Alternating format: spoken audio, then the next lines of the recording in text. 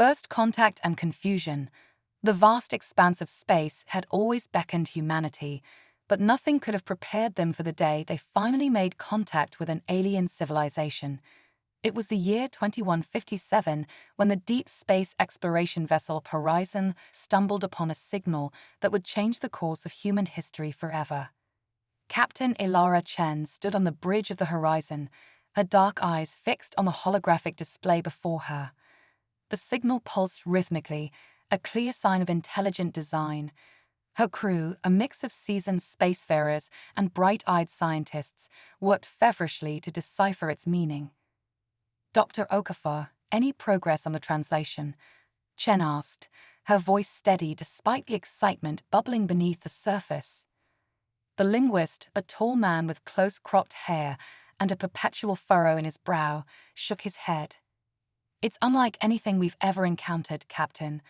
The language structure, if we can call it that, defies our conventional understanding of communication. As the Horizon drew closer to the source of the signal, a massive structure came into view. It was a space station, but one that dwarfed anything humanity had ever constructed. Its design was organic, almost alive, with sections that seemed to pulse and shift. "My God," whispered Lieutenant Commander Jackson, the ship's pilot. "It's beautiful." Chen nodded in agreement but kept her focus. "Hail them, all frequencies. Let's hope they're as curious about us as we are about them."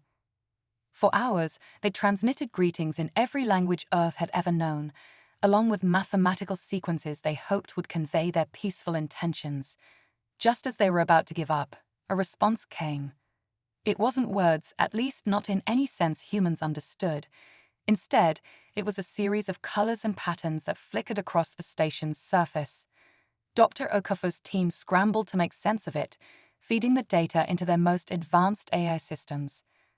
"Captain," Okafor called out, his voice tinged with excitement and confusion.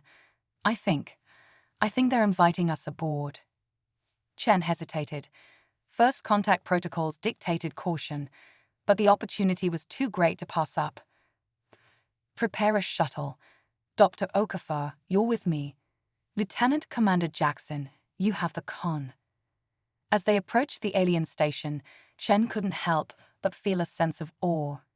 Humanity had dreamed of this moment for centuries, and now she was living it. The shuttle passed through an opening that appeared in the station's hull, sealing behind them with a sound like a gentle sigh. The interior was a marvel of biology and technology, seamlessly blended. Surfaces pulsed with bioluminescent light, and the air was thick with a sweet, unfamiliar scent. As Chen and Okafor stepped out of the shuttle, they found themselves face to face with the station's inhabitants. The aliens were tall, easily 7 feet in height, with slender bodies that seemed to flow rather than move. Their skin shimmered with iridescent patterns that shifted constantly, and where a human would have eyes, they had clusters of sensory organs that defied easy description.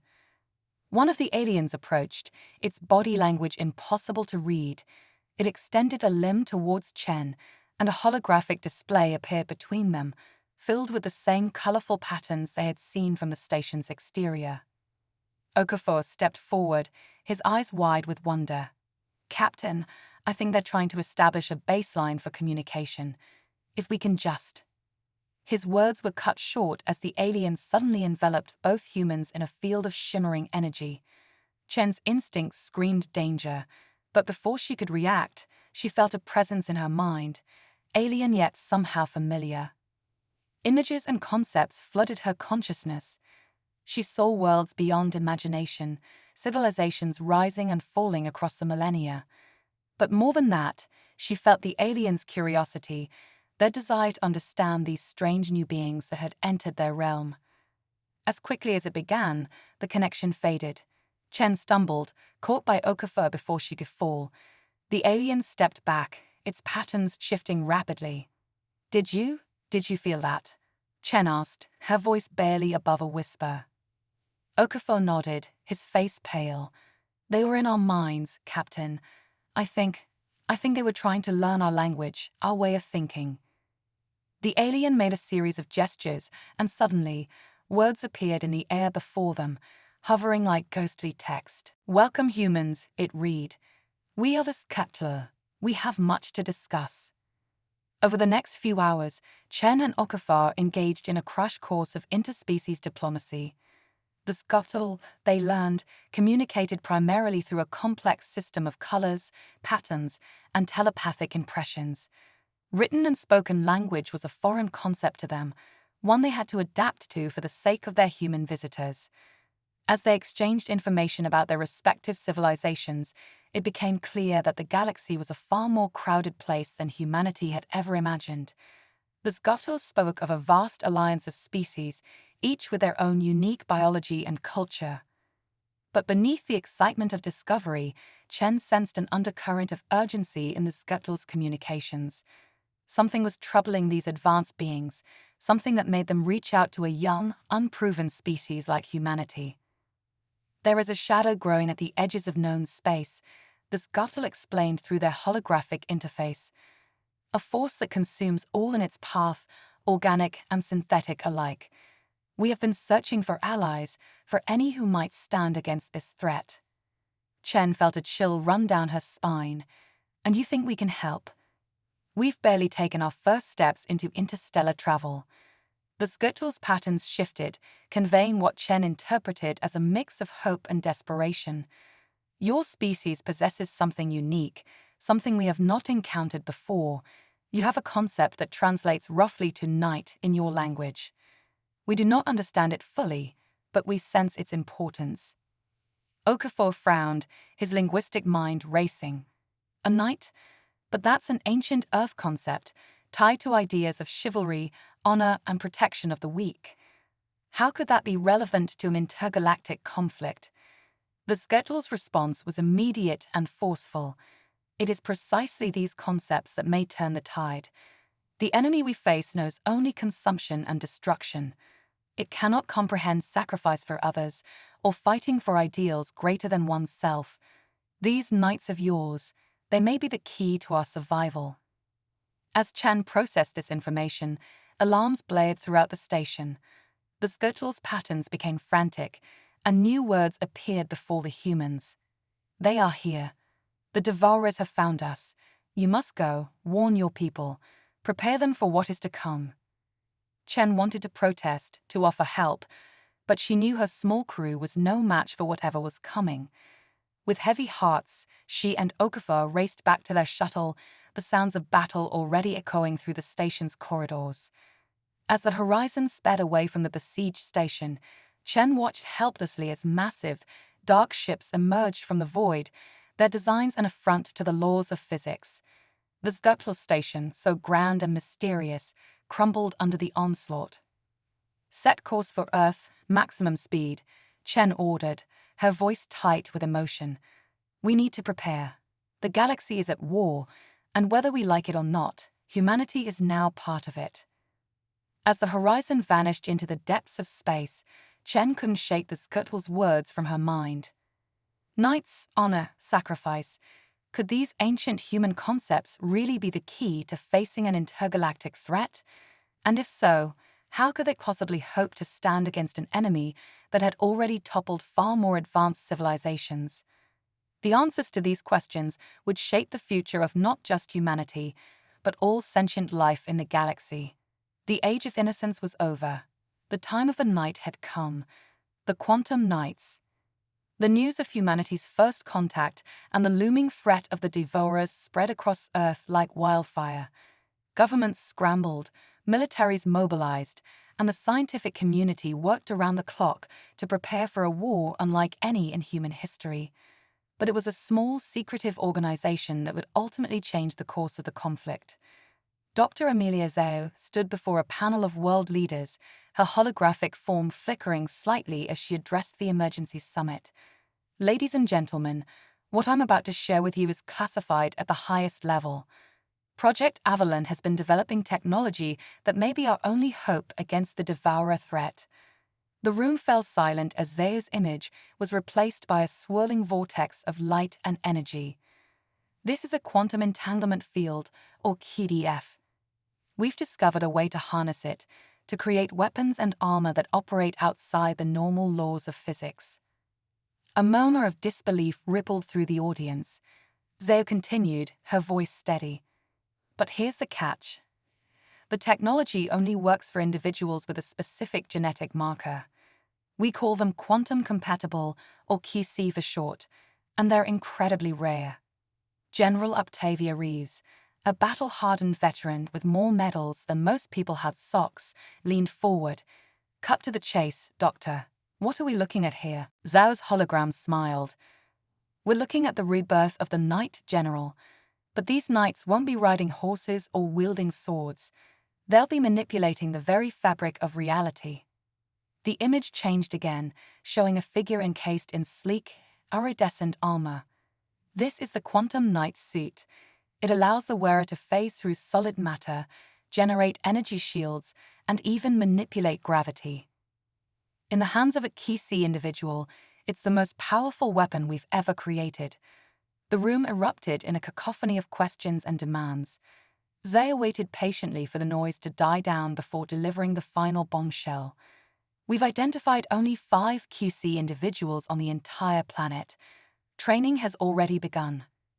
Halfway across the world, in a secret facility buried deep beneath the Rockies, those 5 individuals were about to face their greatest challenge yet.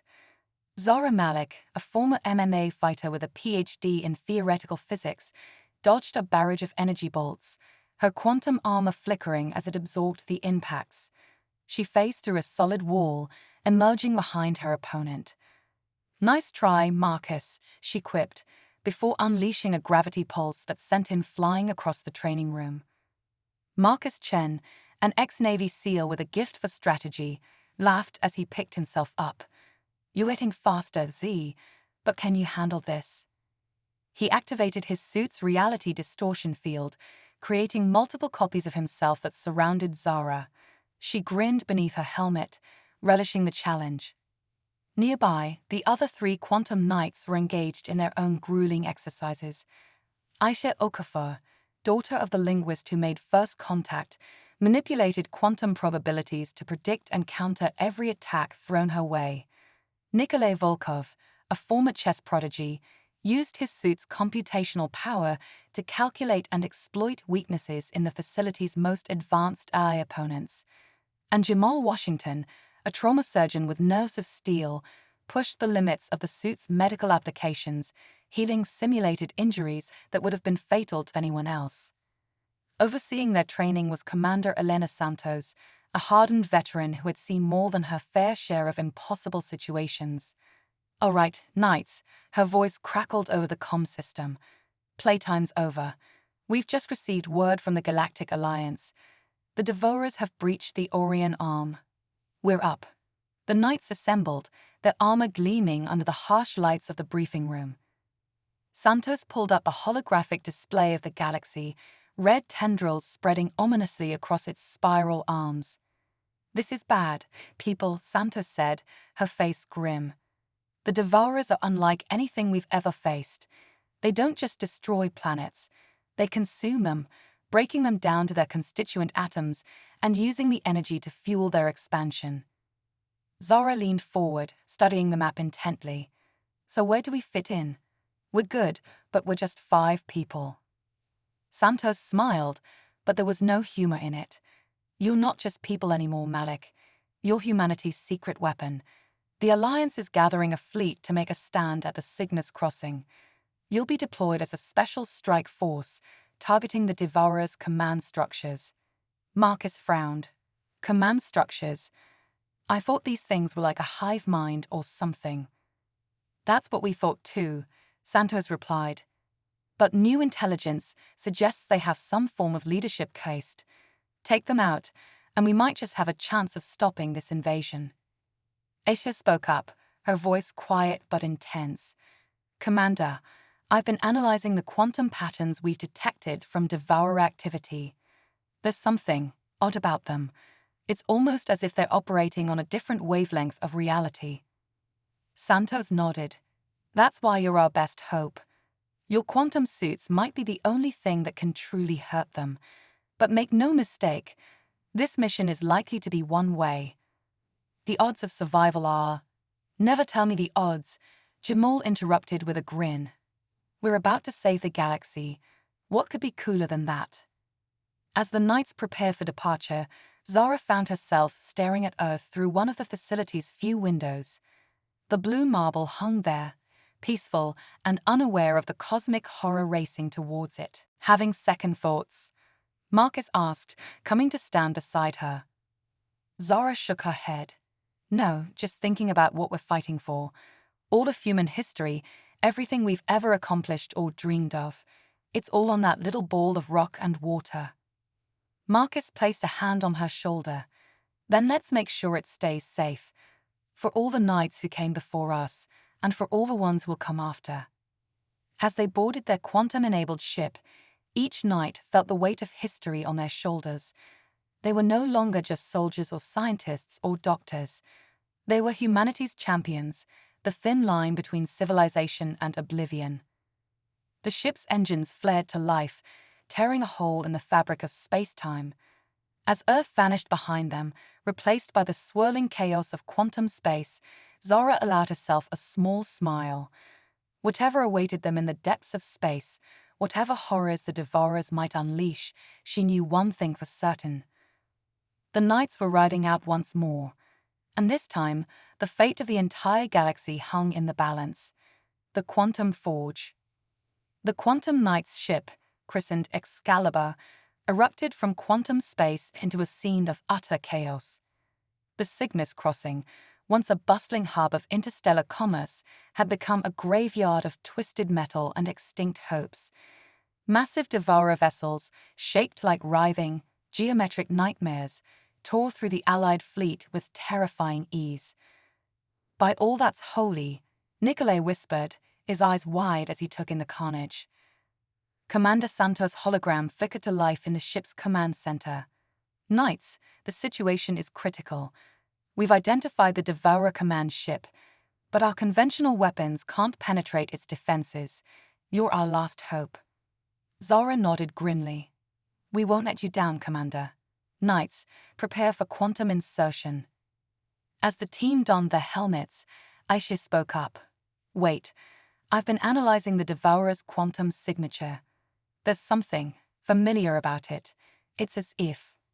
Her words were cut short as a massive energy pulse rocked the Excalibur. Alarms blared as systems failed across the board. We're going down. Marcus yelled, fighting with the controls. Brace for impact. The Excalibur plummeted towards a nearby planetoid, its surface scarred by Devourer activity. As they plunged through the atmosphere, the ship's quantum core overloaded, bathing the knights in pure, unfiltered quantum energy. When Zara regained consciousness, she found herself lying in a crater, surrounded by the twisted remains of the Excalibur. But something was different. Her armor felt alive. Status report, she croaked, struggling to her feet. One by one, the other knights responded, each of them noticing the strange changes to their suits. The quantum energy had altered them on a fundamental level, fusing man and machine into something entirely new. Jamal examined his hands, now crackling with bioluminescent energy. Guys, I think we've just undergone forced evolution. Our suits, they're not just technology anymore. They're part of us. Before they could fully process this development, a spine-chilling screech filled the air. Devourer ground forces, twisted abominations of flesh and metal, swarmed towards them. Looks like we'll have to learn on the job, Marcus quipped, his body instinctively shifting into a combat stance. What followed was a battle that defied description. The knights moved with impossible speed and grace, their newfound abilities manifesting in ways they could never have imagined. Zara phased in and out of reality, her quantum-infused fists shattering Devourer exoskeletons like glass. Marcus created localized time dilation fields, slowing his enemies to a crawl while he moved at normal speed. Nicolay's mind merged with a quantum data stream, allowing him to predict and counter every enemy move before it happened. Aisha manipulated probability itself, causing Devourer weapons to malfunction and allies' shots to find their marks with unerring accuracy. And Jamal, his medical knowledge enhanced by quantum insights, found he could restructure matter at will, turning Devourer tech against itself. As the last of the enemy forces fell, the Knights regrouped, still marveling at their transformation. "This changes everything," Zara said, her voice filled with awe and trepidation. "We're not just humans in advanced suits anymore. We're something more." Nikolay nodded, his eyes distant as he processed vast amounts of quantum data. The Devourers, their technology, it's based on the same principles as our quantum suits, but they've taken it to a horrific extreme, consuming entire civilizations to fuel their evolution. "That's why they're here," Eshe added, the pieces finally falling into place. "Earth's unique development of quantum technology threatens them. They're not just conquerors, they're scared of what we might become." A holographic projection suddenly sprang to life from a piece of debris. It was Commander Santos, her image distorted and flickering. "Knights, if you're receiving this, it means the worst has happened. The Earth has fallen. The Devourers launched a surprise attack while our fleet was engaged here. There's nothing left to go back to." The team stood in stunned silence as Santos continued, her voice breaking. "You're all that's left of humanity now. Our last hope. Use your new powers wisely. Find a way to stop them, no matter the cost." Santos out. As the hologram faded, the weight of their new reality settled upon the Knights. They were no longer fighting just to save Earth, but to avenge it, to ensure that humanity's legacy would not be forgotten. Zara looked up at the sky, where the battle still raged among the stars, her eyes, now swirling with quantum energy, narrowed with determination. "We are the last of humanity," she said, her voice resonating with newfound power. "But we're also the first of something new. The Devourers wanted to consume us, to add our uniqueness to their own. Instead, we'll be their undoing."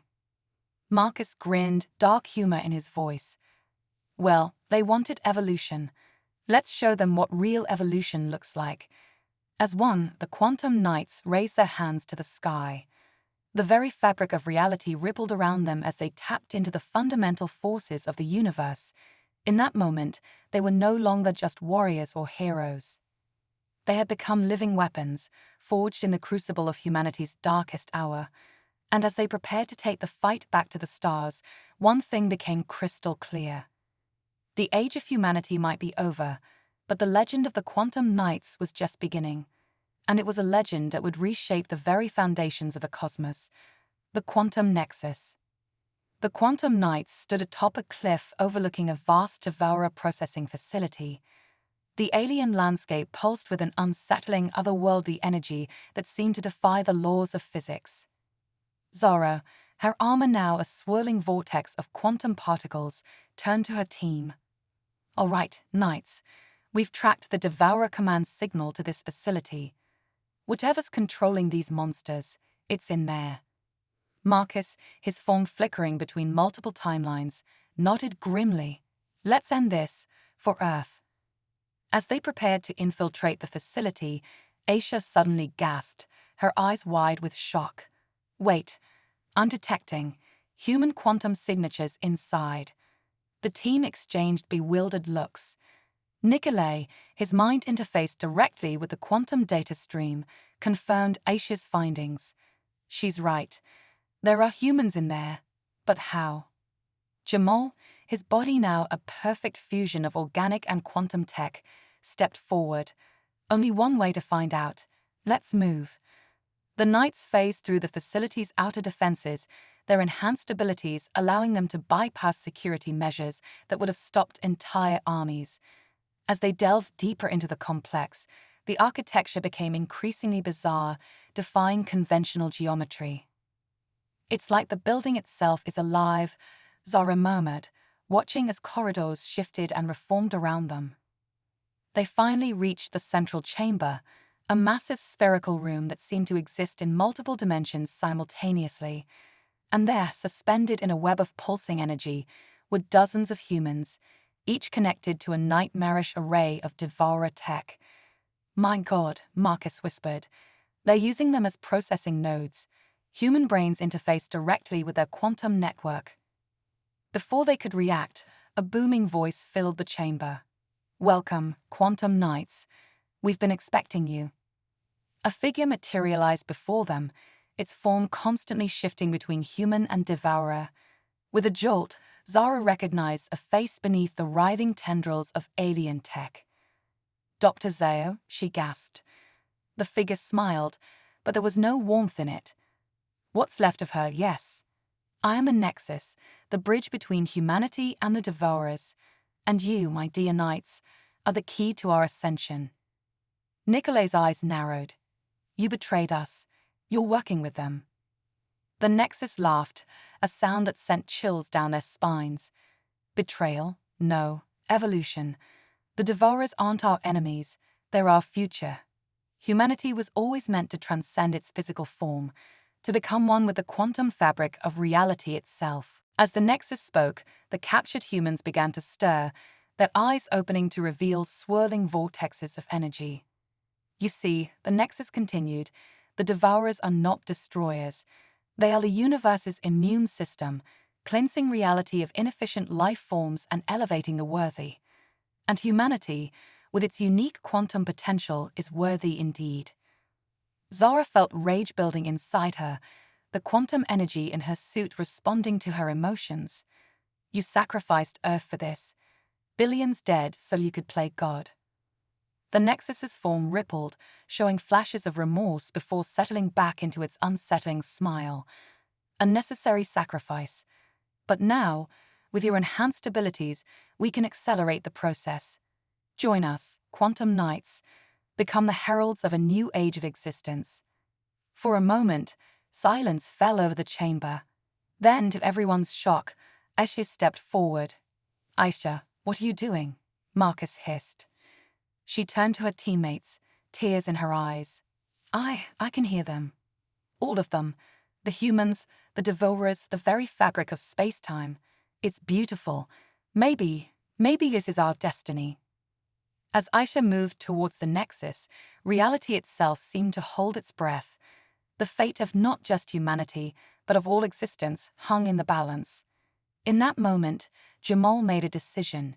Using his newfound ability to manipulate matter, he created a quantum resonance pulse that momentarily disrupted the Nexus's control. "Now," he shouted. The knights sprang into action. Zara and Marcus engaged the Nexus directly, their quantum-enhanced abilities clashing in a display that warped the very fabric of reality around them. Nicolet worked furiously to hack into the Devourer network, trying to free the captured humans. Aisha, snapped out of her trance, joined Jamal in protecting their teammates and the human captives from waves of Devourer defenders that poured into the chamber.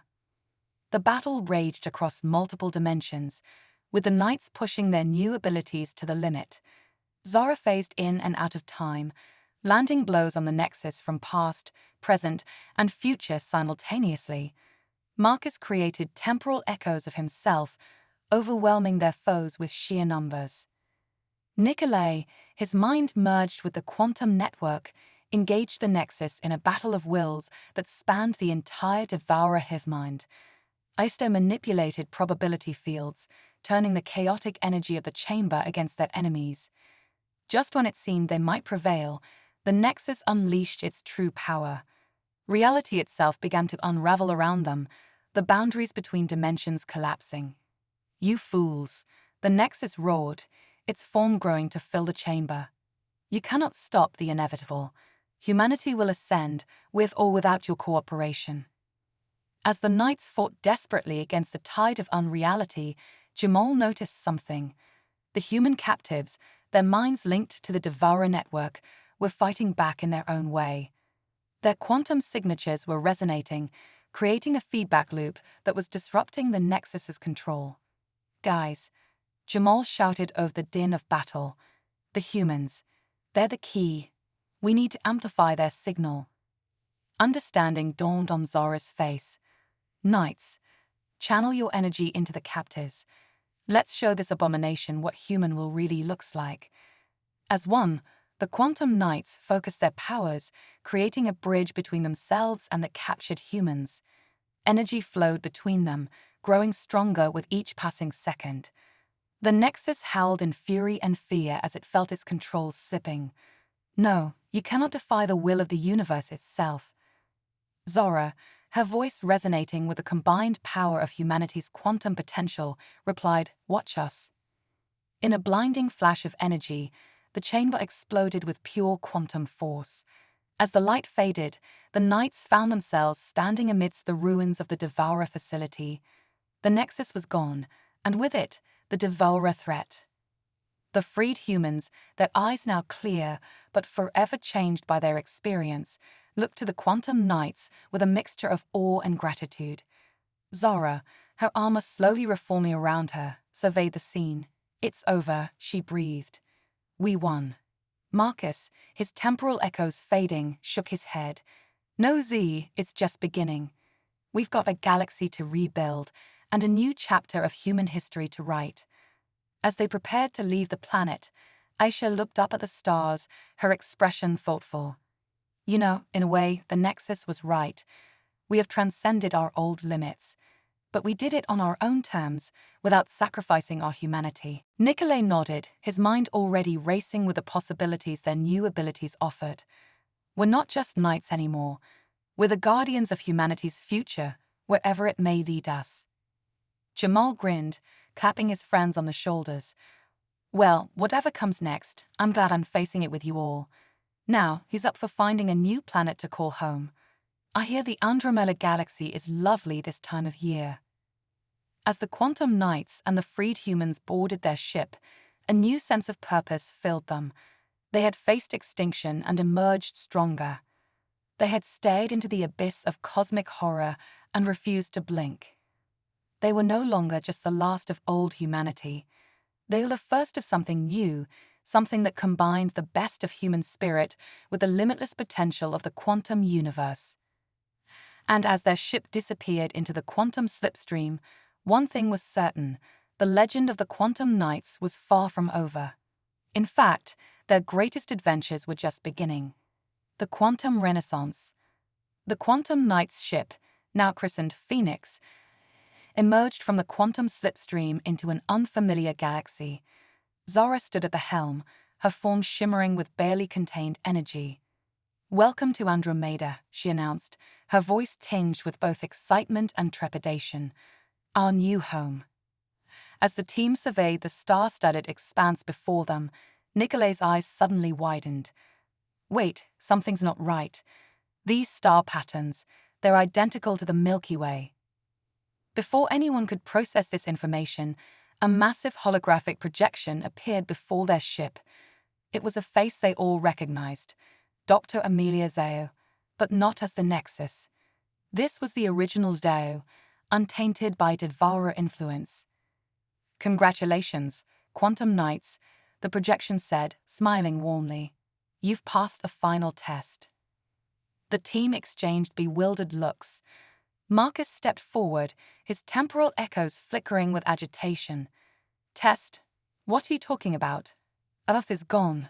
The galaxy is in ruins." Zhao's hologram shook her head. "No, Marcus. Nothing was real. At least, not in the way you think." With a wave of her hand, the space around them shimmered and changed. The starfield disappeared, replaced by the interior of a vast, gleaming facility. As the knights watched in shock, their quantum armor melted away, revealing their original human forms. "Welcome back to reality," Zhao said, now standing before them in the flesh. "Or should I say, welcome to the true quantum forge." Aisa, her mind reeling, struggled to comprehend what was happening. But the war, the Devourers, Earth's destruction, it all felt so real. Zhao nodded sympathetically. "It was real, in a way. You've been in a quantum simulation for the past subjective year. Every challenge, every loss, every triumph, it was all designed to push you to your absolute limits." Jamal, always quick to adapt, raised an eyebrow. "So, we're not really quantum-enhanced superheroes." "Oh, you are," Zhao assured them, "but not in the way you thought. Your minds have been quantum-entangled, allowing you to perceive and manipulate reality in ways no human ever has before. The simulation was to teach you how to use these abilities without destroying your cells or the fabric of spacetime. As the truth sank in, Zara felt a mix of relief and disappointment. So Earth is safe. There's no real threat. Jao's expression grew serious. Earth is safe for now, but the threats we face are very real. The simulation was based on actual data from our deep space probes. There are forces out there that could annihilate us in an instant. That's why we needed you. She gestured, and a holographic display of the universe appeared around them, far more complex and beautiful than anything they had seen in the simulation. You five are humanity's first quantum intercessors. With your abilities, you can reshape reality itself, defend Earth from threats beyond our comprehension, and guide our species to its true potential. The knights stood in awed silence, trying to process the magnitude of what they were being told. Finally, Nicolay spoke up. So what now? Do we just go out there and play God? Zhao shook her head. No, your power is immense, but so is your responsibility. You'll be our ambassadors to the cosmos, exploring realities beyond imagination and ensuring humanity's survival in a universe far stranger and more wonderful than we ever dreamed. As if on cue, alarms began to blare throughout the facility. Zaya turned to a nearby console, her face paling. It's happening. We've detected a quantum anomaly at the edge of our solar system. Something is coming. The knights exchanged looks, a mix of determination and excitement in their eyes. This time they knew it was real. This time they were ready. Zara stepped forward, quantum energy crackling around her fingertips. Well, team, looks like our first real mission is about to begin. Shall we go save the universe? Marcus grinned, temporal echoes already forming around him. Wouldn't miss it for the world. As the quantum intercessors prepared to face their first true cosmic challenge, a sense of purpose filled them. They had been forged in the crucible of an unreal war, but now they would fight for a reality more fantastic than any simulation. The facility's massive doors began to open, revealing a launch pad that seemed to stretch into infinity. As they stepped towards their destiny, Aisha couldn't help but laugh. You know, I got a feeling this is going to make one hell of a story someday. Jamal nodded, his body already adapting to channel vast quantum energies. Yeah, but who'd believe it? With a final shared look of camaraderie, the quantum intercessors launched themselves into the unknown. As they vanished in a flash of quantum energy, Dr. Zaya watched with a mixture of pride and trepidation. Good luck out there, she whispered. The fate of all realities rests in your hands. And so, as Earth slumbered unaware, its greatest champions embarked on an adventure beyond imagination. The quantum renaissance had begun, and with it, a new chapter in the cosmic story of humanity. In the vast expanse of the quantum multiverse, a legend was born. The tale of 5 ordinary humans who became extraordinary guardians, their powers rivaling those of gods, their hearts remaining forever human. The quantum intercessors were no longer just warriors or scientists. They had become living embodiments of humanity's potential, ready to face whatever wonders and horrors the infinite cosmos might throw their way. As they vanished into the quantum foam, one thing was certain: the greatest adventure in human history was just beginning. And somewhere out there, in realities yet unexplored, new challenges awaited, challenges that would test not just their newfound powers, but the very essence of what it means to be human. The universe held its breath, waiting to see what these quantum intercessors would do next. And in that moment of infinite possibility, anything seemed possible. The end, or perhaps just the beginning.